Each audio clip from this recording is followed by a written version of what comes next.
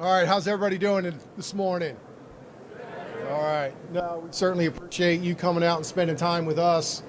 Um, I got to tell you, it's an incredibly exciting time to be in the armaments and ammunition business.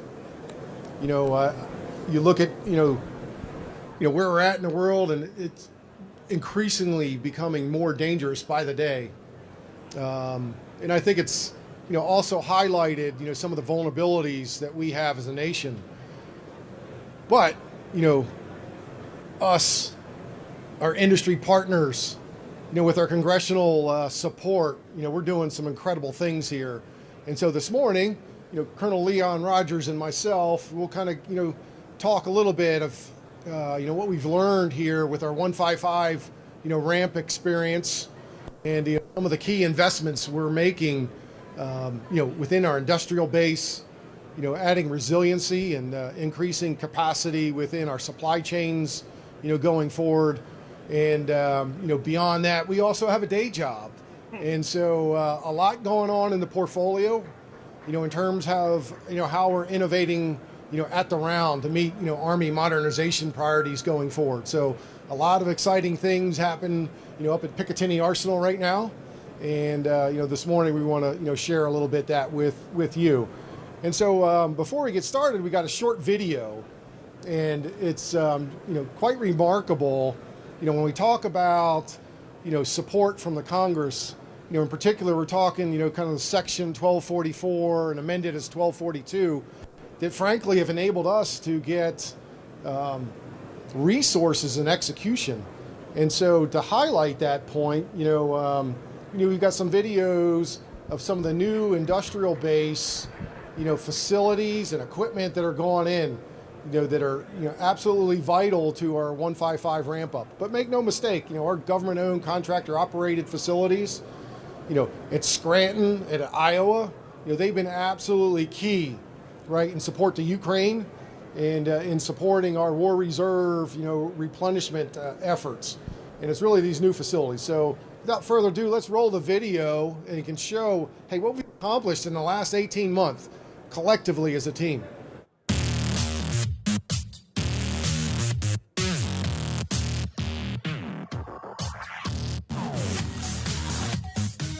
Imagine go into a fuse. There's energetics that go into a fuse. There's metal parts that go into a fuse. We have the ability to do almost everything in-house here. Our job is so critical. What we do for the services doesn't get more patriotic than what we do here.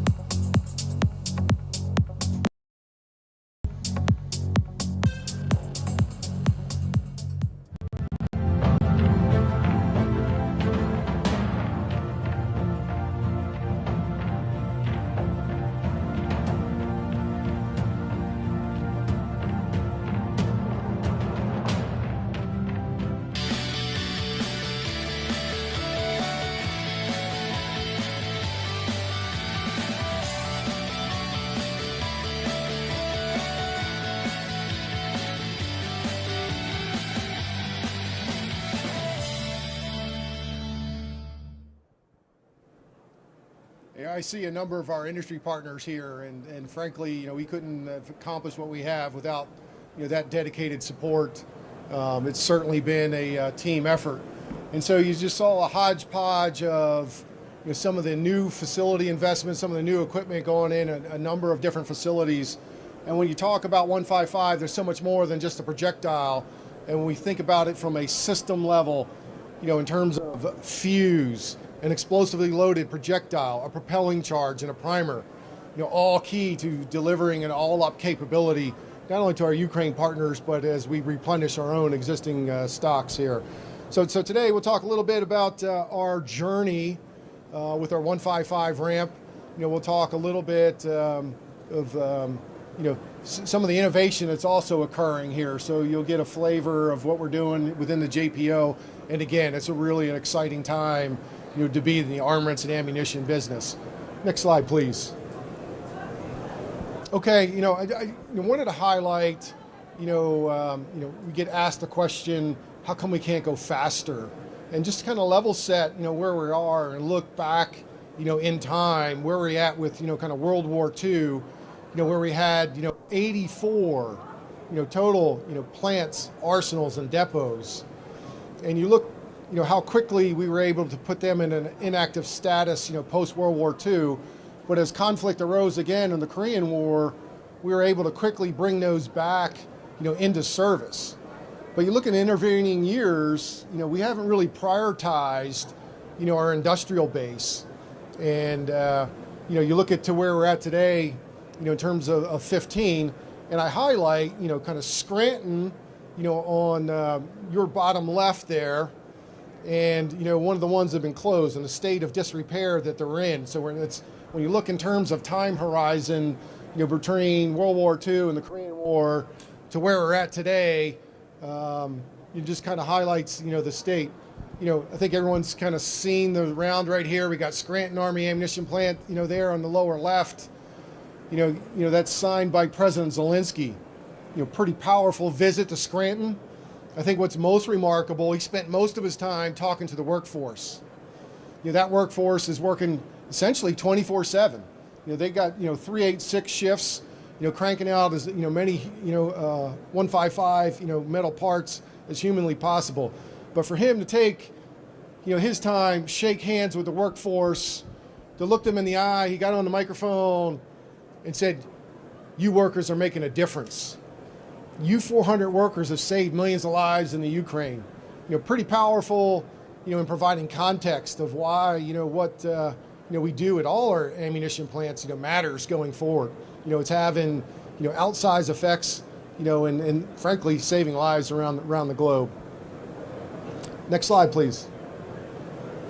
So this is a busy chart. I just focus on the left, just to highlight, the influx of resourcing, coming into the JPO portfolio. So on the, top left, it shows, through presidential drawdowns, what has been given from the U.S. inventory, whether that's coming out of U.S. formations or some of our war reserves. And if you look at the numbers, they're quite staggering. I mentioned earlier that, hey, the world's, a dangerous place, getting more dangerous by the day. And there's an insatiable appetite for ammunition in particular. And I think, the numbers there, speak to that. But with that, that's really presented us an opportunity here, as General McConville used to like to say, as we execute, our replenishment actions, we don't want to buy new old stuff. And so as we give out, our existing inventory, we want the new stuff. We want no fair fights. We want the most, technologically advanced, systems, coming back into our formations. And we're doing just that. And so if you look on the left and the middle, that's showing, kind of two additional, above and beyond our baseline funding, what we're seeing with Ukraine security assistance funding, which is designed, to purchase, capabilities to go direct to Ukraine. And then you were seeing in terms of replenishment, I think everyone's tracking that, with presidential drawdown, that inventory comes from U.S. stocks, and then we get reimbursed, then to procure this new, going forward. So significant money coming in. And, the other piece, we're really trying to get after, kind of the supply chain and facilities. So, we've got, we've gotten tremendous support from the Congress I mentioned through supplemental. Last year's supplementals were really, focused in on expanding, metal parts production.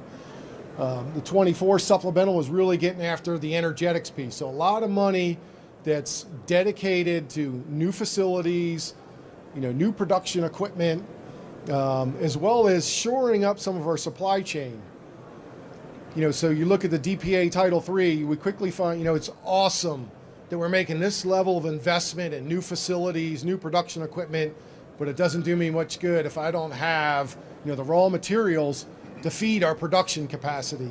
And we find more and more that, most of that is coming, from international sources. And so, that's good near term, in order to, satisfy the near term demand, longer term, we want to bring some of those jobs and frankly, some of that, national security, confidence, going forward that, we have domestic sourcing here going forward. So a lot of work going there. On the left-hand side just really shows, a graphical, depiction of where those investments are going by state. And, this is pretty powerful. The top half of that is really for product. That highlights where kind of the product investments are going. And then, the lower half really talks about, those new production facilities and new equipment, those key investments that we're making, going forward across the continental U.S. Next slide, please. Okay, so when we talk from a 155 perspective, we really had two single points of failure, at the kickoff of the Ukraine conflict. And this highlights, kind of my first slide when you saw, the kind of drawdown and capability as well as capacity, to produce munitions at scale, over time, going back from World War II to where we're at today. And so, when the war first kicked off, frankly, we were making 14,000, artillery projectiles a month, which, was optimized for, U.S. Army and Marine Corps training requirements. And now you kind of flash forward as we've kind of worked to expand capacity, add shifts, shore up supply chain. In August, we recently hit 40,000 a month, a 3x, increase in, production. And then I'll show you, kind of graphically, where we're going and the investments we're making just in the projectiles alone. Next slide, please. So October's been, a busy month for us. As we were just recently up in, Canada with, our IMT counterparts and, sitting here in the audience and, did a ribbon cutting ceremony. Just fantastic to see, not only the new facilities and new capacity that represents, but, some of the technologies that are going in, modern technologies, to produce munitions at scale. It's exciting. We expanded, quite significantly, with our American ordnance teammates, out in Iowa. We've got, additional ribbon cuttings. Next week we'll be in Perry, Florida for propelling charges, a ribbon cutting ceremony. We'll also be in Marion, Illinois with our General Dynamics, partners there for additional propelling charge, capability. We saw some of the video you highlighted, just massive facility that we're building in Mesquite, Texas. The beauty of that, while Scranton is awesome, it's very good at producing one thing. And when you look at, the technology we're bringing in Mesquite, that I got the ability to pivot from artillery rounds to mortar rounds, that creates, great flexibility for us, going forward. The other piece, we're transitioning from a highly manual, very artisan, kind of production capability that we have today, to a very automated, roboticized, with personal, what's interesting, if you walk the grounds in like Mesquite or IMT, there's very few folks on the production floor. Everyone's in control rooms, monitoring computers. And so that's exciting, for us, going forward. And so we're well on our way. I mentioned in August, we hit the 40,000 mark. 155 artillery projectiles per month.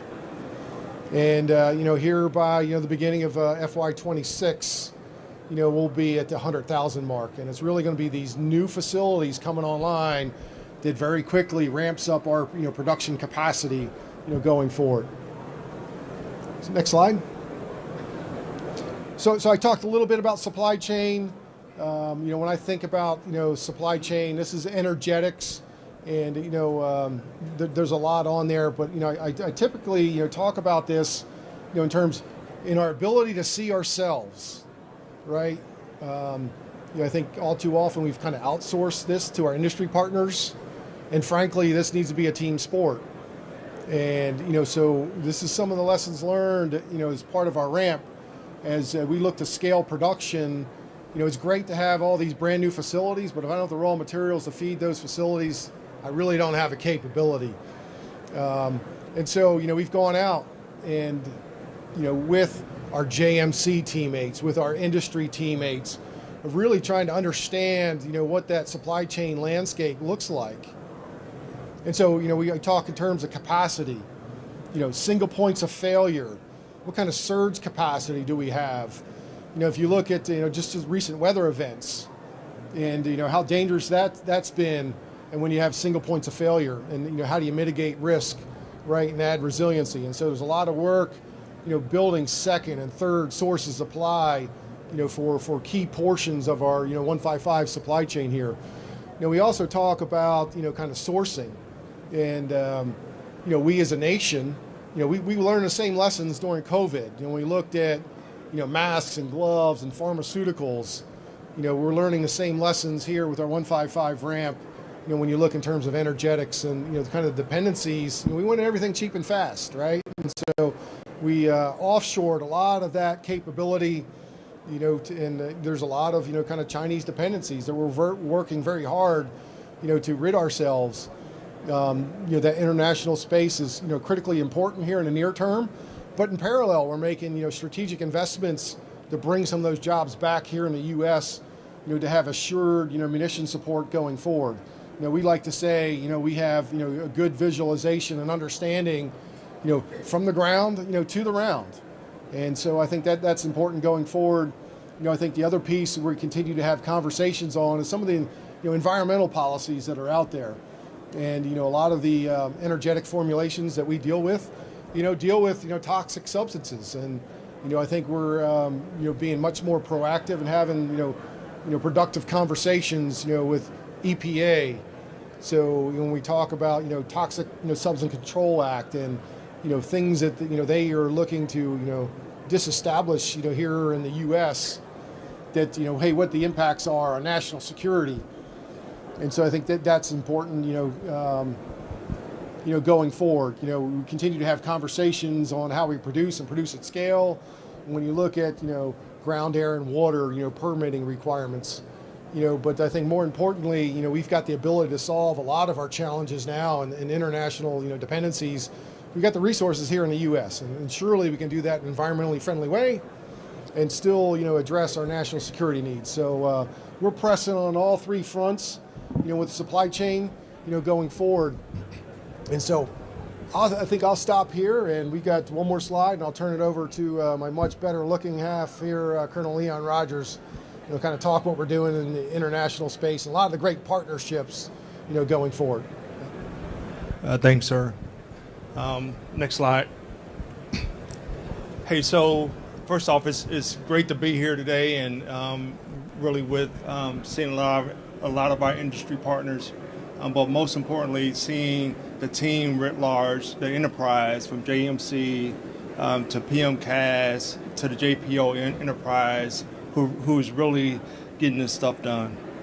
And so I want to talk a little bit about strengthening our alliances and what that looks like.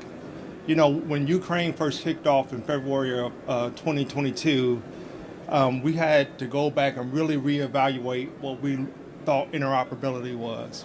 And so what you'll see on this chart is the countries in blue are the countries that donated 155 howitzers. The countries that are in green donated 105 millimeter howitzers, weapon systems. And so what we saw was Ukraine, everyone sprung into action. The U.S., our allies, they gave them weapon systems and ammunition. And what we really saw was Ukraine had a Caesar howitzer, but they wanted to fire U.S. munitions out of it. A lot of these things weren't necessarily done, and really they created, like a better terms, a Frankenstein to really get projectiles down range. So we had to really look at and see what true interoperability really meant. It's not just the munitions, it's not just the weapon system, and as General Ryan just alluded to, the industrial base also. And so what we did was we partnered with our allies in other countries to provide interoperability firing tables. We, meaning the JPEO and DEFCOM AC, took that information, and over time, what we did was create firing tables, 73 firing tables for the Ukrainians to utilize across 9 different platforms from 16 countries. So when you think interoperability, I think most folks here, I know I'm a little old school, we think about another country riding on a tank being able to operate from a different tank, or being able to communicate or shoot those different munitions. But when it really comes down to it, it's more complex than that. And so what we did was we utilized the NATO standardizations agreements.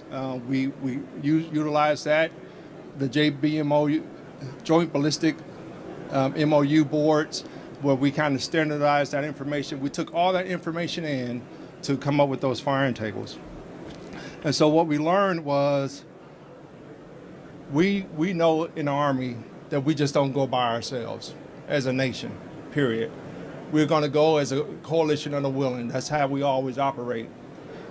And so what we have to do is use those firing tables, and other countries, we need to have their firing tables in our weapon systems, and they need to have our firing tables in theirs in order to be truly interoperable.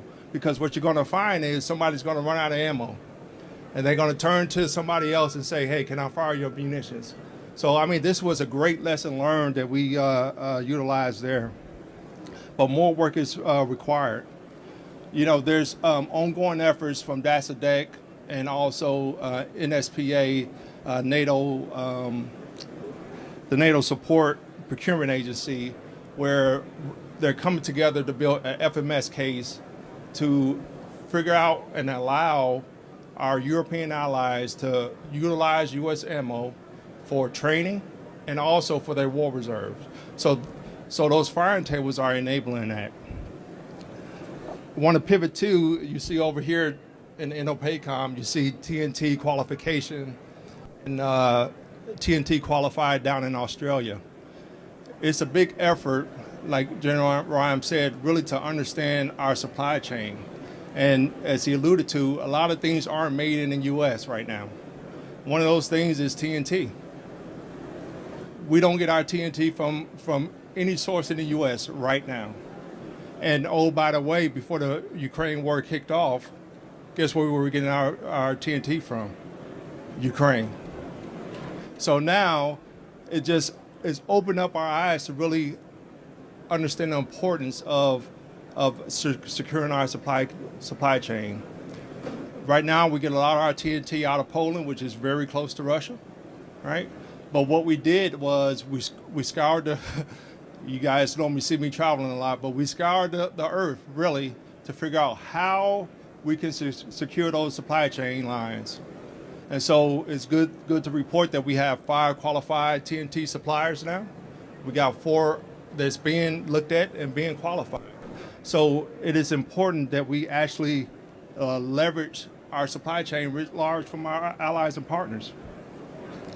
And so, once again, a couple lessons learned from this whole Ukraine thing. 1, firing tables. We need to share those across all our countries to make sure we're ready to go and fight today. 2, secure our supply lines and really qualify and understand their operability. It's just not weapons and weapon systems, but it's those raw materials that's out there. And oh, by the way, wouldn't it be great to have something in the INDOPACOM region so I don't have to ship everything over there? Next slide. And that's why we did some things where we did co-production, 155 co-production memorandum of understanding with both Canada and Australia. So right now, Australia can now, at this moment, lap a 155 munition to U.S. TDP. Now that's amazing, but we're going to take it even a step further. So this MOU, what it provides is really, it gives us a way to look at our future and deepen our relationships across strategic partners, and really shorten those supply lines. We always hear about contested logistics, right? INDOPACOM is vast and huge, but wouldn't it be great, and this is what the MOU mechanism does, to be able to have Australia produce a U.S. TDP 795 round and max charges. So what does that do? One, for our Marine Corps brother who is down in Australia and does a lot of training right now, they're able to utilize, they will be able to utilize those rounds without me shipping or JMC shipping things across from the U.S. in different depots into Australia. They can actually get those rounds from Australia, know that they're safe and suitable, and put those into U.S. howitzers and fire them. Now that's what we're looking for, right? And so it's a lot of move afoot to really figure out how we actually secure those. Next slide. So I'm going to pivot just a little bit on innovate at the round.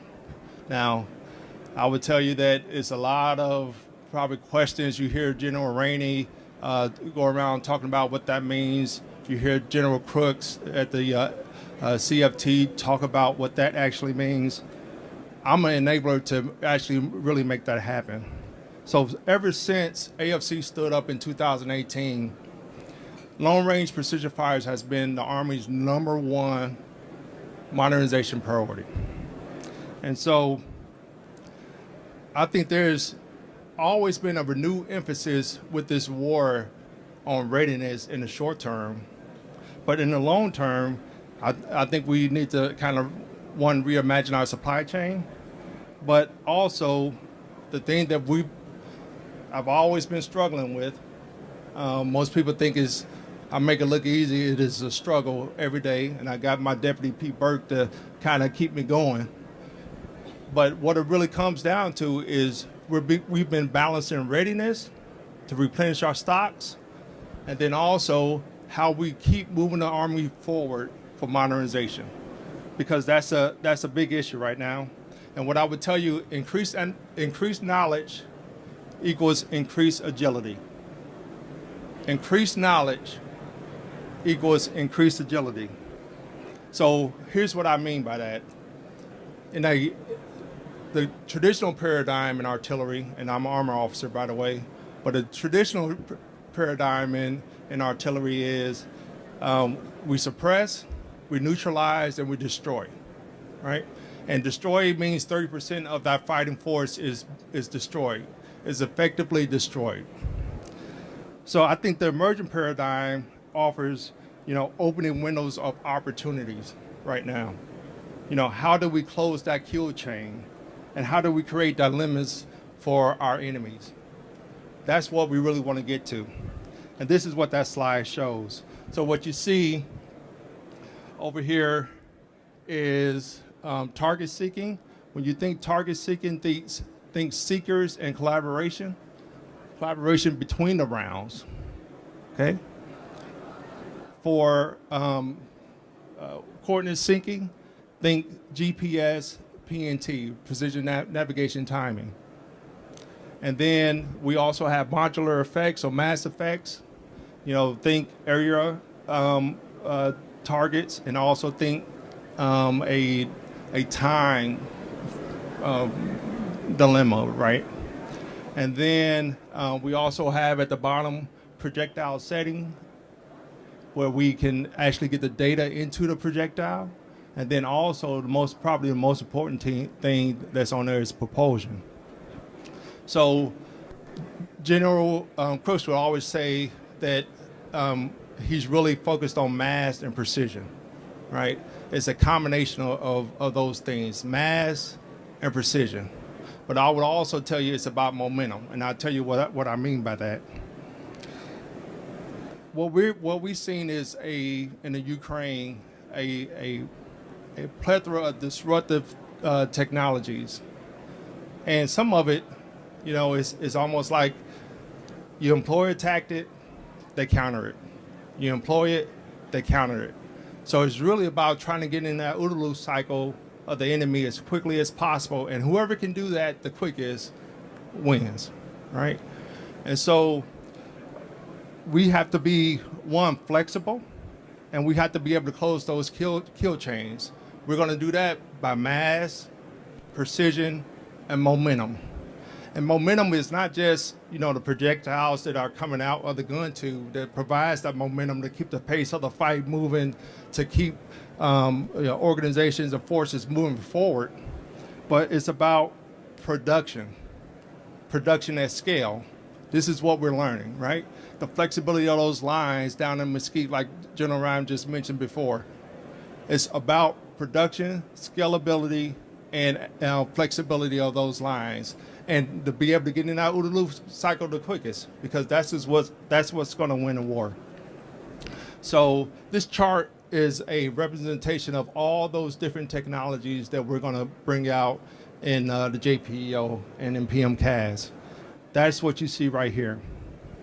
But there's a lot of things that's underneath the iceberg, I would tell you. This is the top part. Underneath, what we're doing is investing in the right, invested in the right technologies, right? You heard General Rhyme. We're building an army of 2040 right now with the industrial base of the 1940s. Now, you tell me how we can make that happen. That's the greatest thing about you never let a crisis go to waste, right? So we've been trusted by Congress and the Army to invest what we're doing in our industrial base, and we're doing just that. We're not investing in the old things. We're bringing new technologies into our industrial base. And what we're doing is also having an increased focus on digital engineering. Most of you all would never see that. Model and sim digital engineering is a renewed focus on what we're doing right now, how can we learn to get these things out quicker, right? How to do qualification of our rounds quicker. And so the goal within the JPEO and PMCAS is to be able to be responsive to wherever the Army wants to go strategically. And 5 minutes, got it. And so, all right. So I'm going to wrap this up. But what we're doing is providing that in our diverse world of threats right now. I just going to want to highlight a couple of things that's going to get us there. It's CDM armor. CDM armor XM 1180. Most people don't really know what that means, but what that gives the artillery community is a way to actually destroy armored targets, to be able to seek through, be able to fire that round and look for the enemy and seek and move through that. And as you see in the future, it's about collaboration.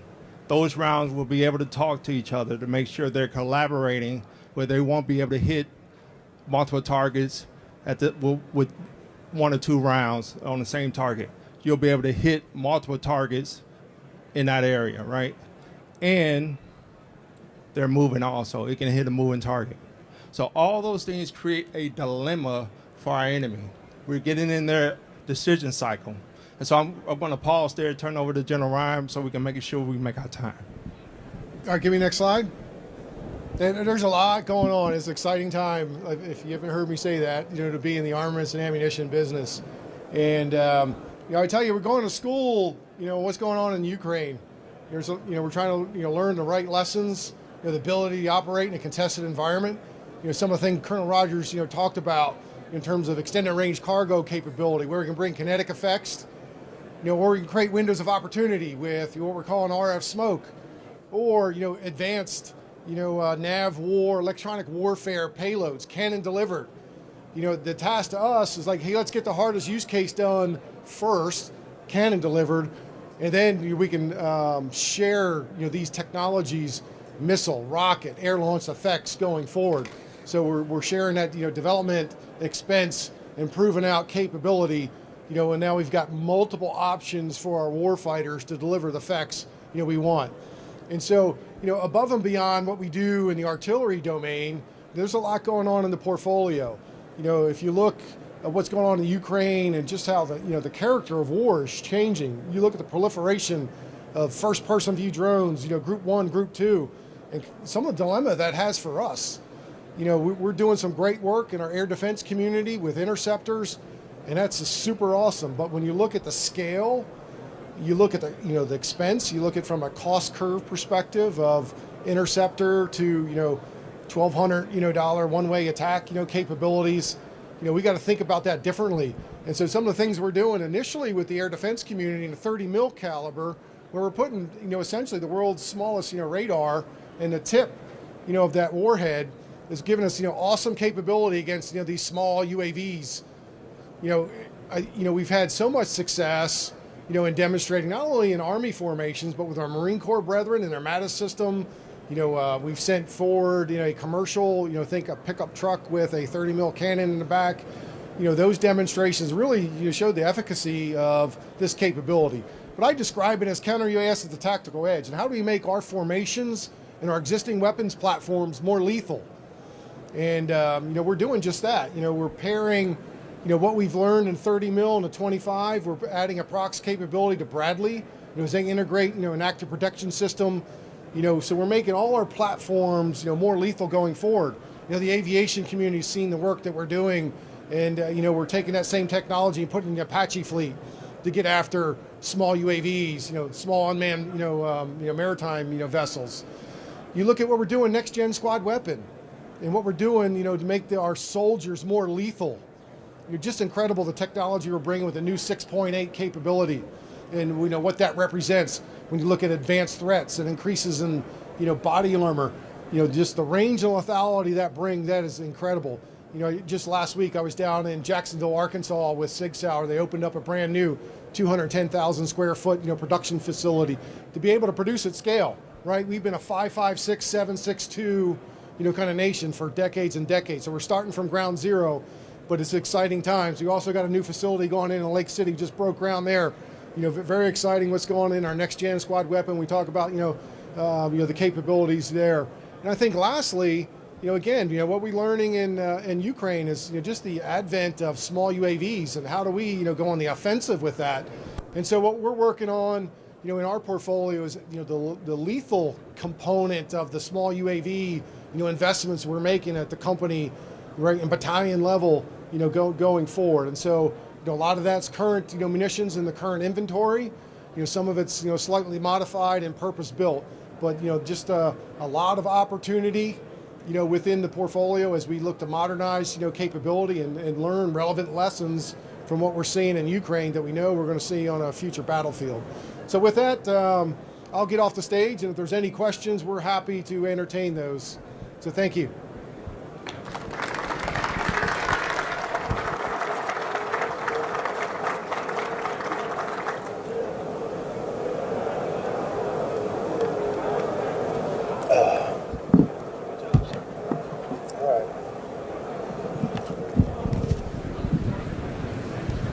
General, thanks a lot for a fantastic presentation. Do you have enough industry interested in helping you build these things? Absolutely. We would like, more, assistance. And again, we've learned anything, resilience and, matters. We talk a lot about acquisition at speed. We don't talk enough about, kind of production at scale. And I think there's lots of opportunities there. We're sharing, some of the lessons learned and how we're incorporating that into our whole portfolio. I mean, there's a lot going on in long-range precision fires in terms of range and lethality and ability to operate in a contested environment. This is important, but it's also kind of that changing character of war with the proliferation of small UAVs and how do you detect and defeat those. And we were making significant investments in the air defense realm, but frankly, there's not enough of that to go around. And so how do you make our existing soldiers and our platforms and weapon systems, more lethal. And not only just against, kind of the small UAV threat, but now with the programmable capability that we have, you think ATGM teams out in the open, or you think an urban fight, behind wall in defilade. That's their, critical capabilities that make our soldiers more lethal. And again, it's not about, fair fights. We want to overmatch, every time, going forward. So plenty of opportunities, to expand industry involvement and a whole wealth, whether it's, product development, whether it's, producing at scale, whether it's supply chain, lots of opportunities there. Thank you, General. When you talked about 30 millimeter rounds with radar to take out small UASs, is this something the Army is in the process of testing, or is this something it's in the process of fielding to Apache helicopters, Bradleys, and other platforms? So first, the first round that's out there is the XM1211. That's been fielded to our CENTCOM, AOR brethren.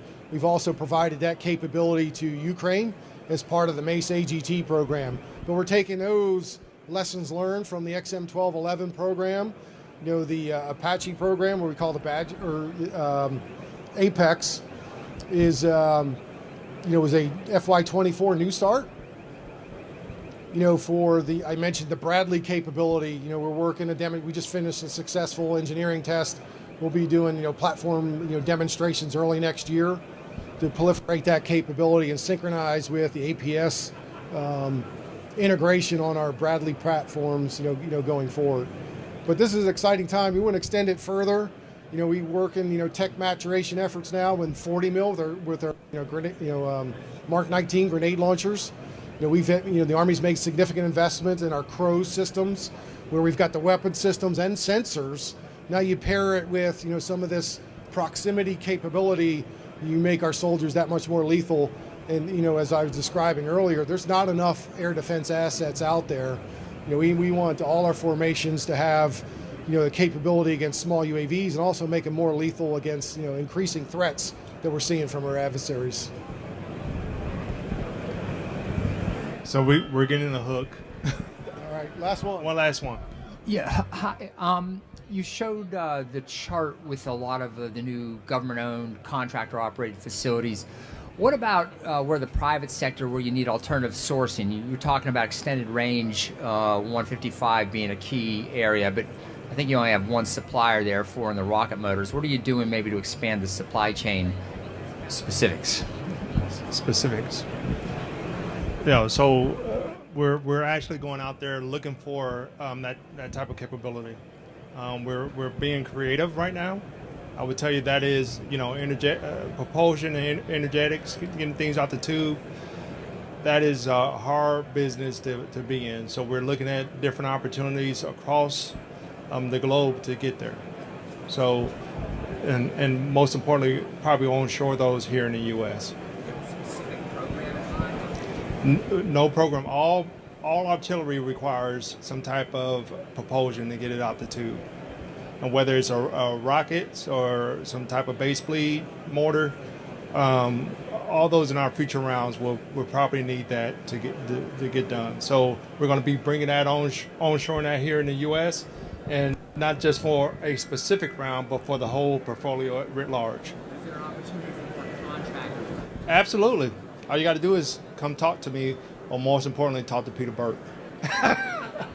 No, it's an exciting time, in the portfolio. And I would tell you, just to clarify, not everything's a GoCo that I showed up there. And so we're making significant investments, in the commercial industry, going forward. So most of what you saw up there is not on a GoCo. And, we're kind of max production at our existing facilities, going forward. Just not enough time to kind of go over what's all in the portfolio. We focus a lot on the projectile side, but when you talk about mass and precision, particularly, precision at range, that's going to be advanced propelling formulations. There's going to be opportunities, there, our more advanced rounds, as Leon was alluding to, that, it's going to be either a base bleed configuration or new rockets. So rocket crane's important, to us going forward. So, I mean, there's a lot of energetic opportunities, going forward here. We also, we talked a lot about 155, when we look at tank ammo, right, in our cannon caliber, we're still very dependent on, propellant from overseas. and we'd like to kind of secure some of that here in the U.S. In terms of production. And so we've got active programs now. A lot of it's markets, survey market research right now. Hey, what are the opportunities, and what does what does industry have to offer here in that regard? So I'd say, hey, keep in close contact with us. There's lots of opportunities, and these are kind of what we tried to showcase here. Really is where there's opportunities for kind of further investment. So with that, I got the red stop sign. Get off the stage. I'll just add one last thing. That is my focus for this AUSA, is to look at energetics and propellant. So if you're interested in it, come talk to me. Thank you, guys. If you have additional questions, you can see them off to the side. We have less than 5 minutes before the next presenter, so please take everything to the side.